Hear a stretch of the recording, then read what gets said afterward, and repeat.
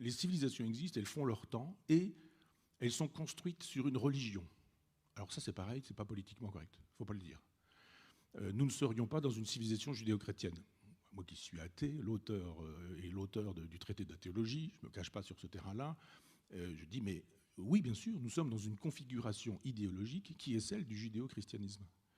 Et une civilisation est toujours construite sur une spiritualité.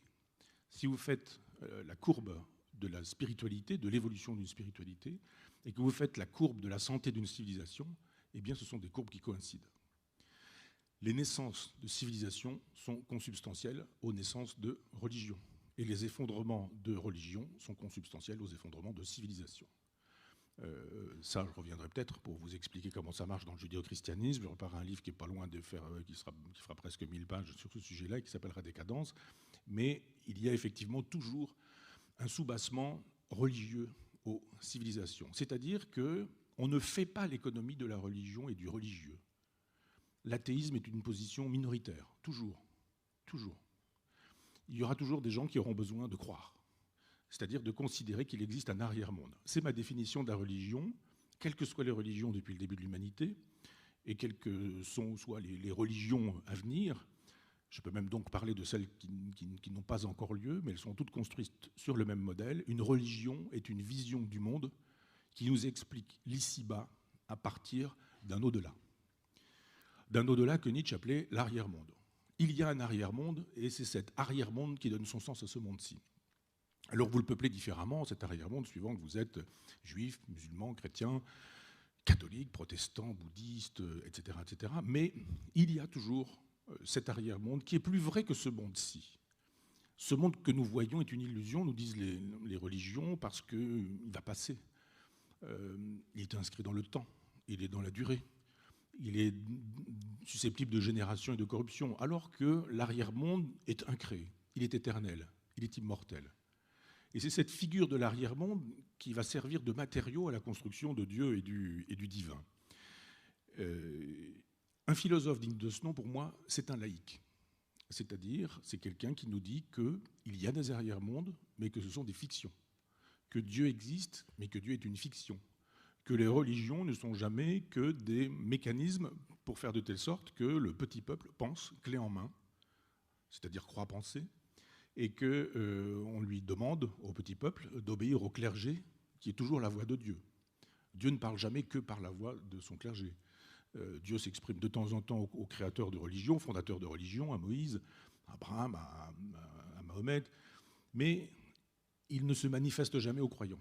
Ce sont les curés, les prêtres, les évêques, les papes, etc., qui nous expliquent ce que Dieu dit, veut dire, ou ce qu'il faut croire de ce dont ils nous disent que Dieu l'a dit. Et les religions fonctionnent toujours comme ça, c'est-à-dire en relation avec le politique. La question de la religion pose la question de la laïcité, qui pose la question de la théocratie. Je ne connais pas de religion qui, quand elle a les moyens d'être violente, n'est pas violente. Les religions pacifiques sont des religions qui n'ont plus les moyens d'être violentes. C'est le cas du christianisme aujourd'hui, qui est tolérant parce qu'il n'a plus les moyens d'être intolérant. Mais il n'est pas devenu intolérant simplement parce qu'il a été converti à la tolérance. Il a perdu sa force, sa puissance, sa dangerosité, donc il défend aujourd'hui la tolérance. D'autres religions, on en parlera à la fin, ont les moyens de leur violence et sont effectivement intolérantes. Donc voilà la configuration telle qu'elle est. Le philosophe, pour moi, c'est quelqu'un qui nous dit qu'il faut être laïque, c'est-à-dire qu'il faut séparer le religieux, la croyance, la foi, du reste de ce qui est le monde, l'ici-bas. Et dans l'histoire de la philosophie, qui fait 25 siècles, du moins celle qu'on nous raconte, c'est-à-dire moi quand je suis arrivé à l'université, on m'a dit voilà, il y a des présocratiques, et puis on m'a expliqué les choses, et personne ne m'a dit que les présocratiques n'existaient pas.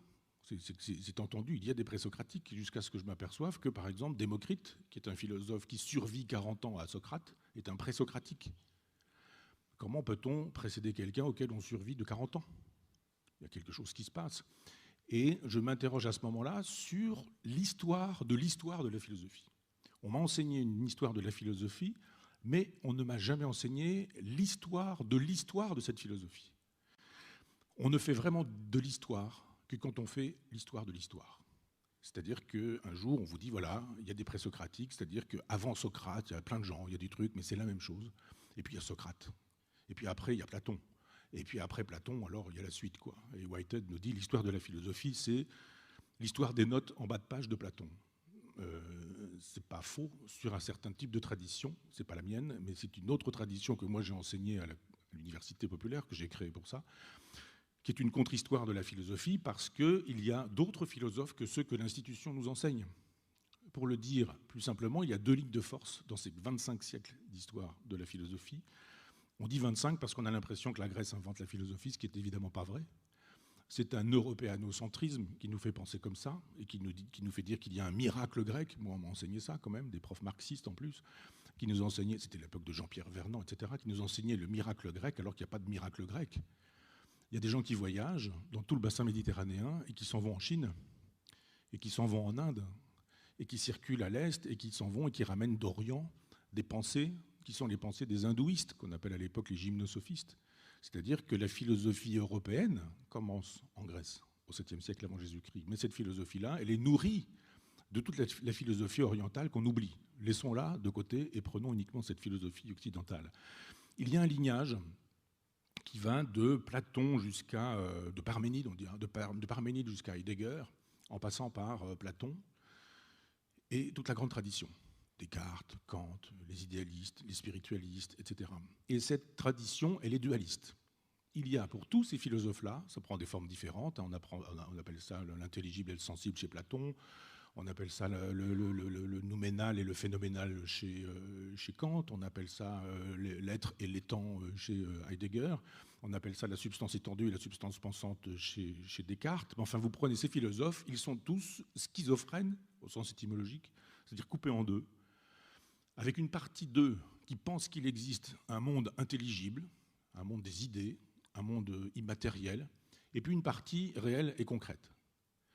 Dans toute cette tradition-là, vous avez matière à religion. Un philosophe qui vous dit qu'il y a un arrière-monde qui explique ce monde-ci, c'est quelqu'un qui est compatible avec le judéo-christianisme. Et ce n'est pas étonnant si, d'un point de vue de l'historiographie, on dispose de l'œuvre complète de Platon. On a tout Platon aujourd'hui parce que Platon est compatible avec le christianisme et que quand le christianisme s'installe, eh bien, il utilise Platon en disant c'est un philosophe important et on peut, avec ses idées, avec son monde intelligible, avec son allégorie de la caverne, son nimbien et ce genre de choses, tout ça est utilisable pour fabriquer la mythologie chrétienne. Et puis vous avez un autre lignage qui est contemporain, c'est-à-dire en même temps que vous avez de Parménide à Heidegger, eh bien vous avez de Démocrite, de Leucippe par exemple, jusqu'à Sartre, en passant par Deleuze, en passant par un certain nombre d'autres individus, philosophes importants pour moi, à mes yeux, ceux que j'ai enseignés dans la contre-histoire de la philosophie, et qui nous disent il n'y a qu'une seule matière. Il n'y a qu'une seule matière et il n'y a que de la matière. Et alors évidemment, il n'y a pas deux mondes, il n'y en a qu'un.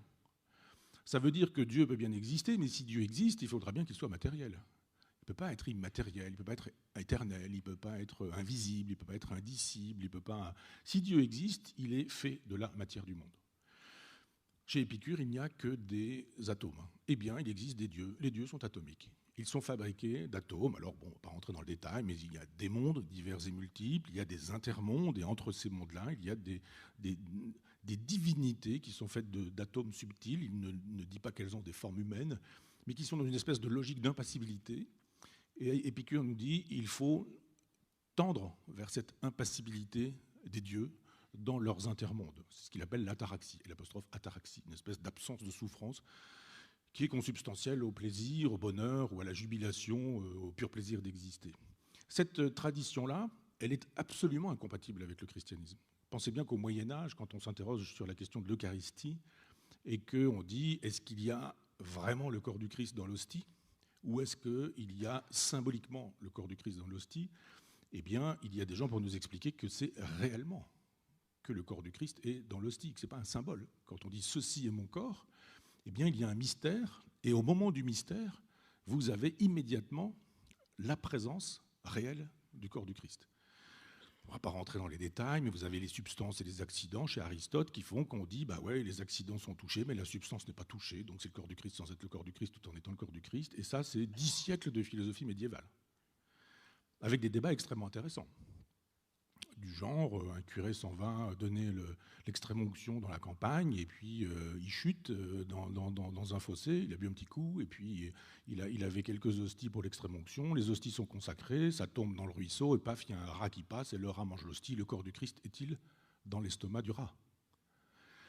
Demande les théologiens, sérieusement, hein, c'est pas moi qui vais...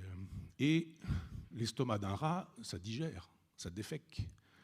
Et est-ce que quand le rat défèque, il défèque le corps du Christ? Ou que peut-il bien se passer dans l'estomac du rat pour que le corps du Christ soit le corps tout en étant le corps, en n'étant pas le corps quand même, parce que, etc. Et on a des grands débats, et on convoque Aristote pour expliquer que les substances, les accidents, donc il est dans le corps du rat, mais il n'est pas dans le corps du rat quand même, etc. Et on passe tout son temps à faire de la philosophie. Ça s'appelle de la philosophie, ça, à l'époque, hein, philosophie scolastique et philosophie médiévale. Et donc cette philosophie-là, évidemment, elle empêche l'exercice de la raison.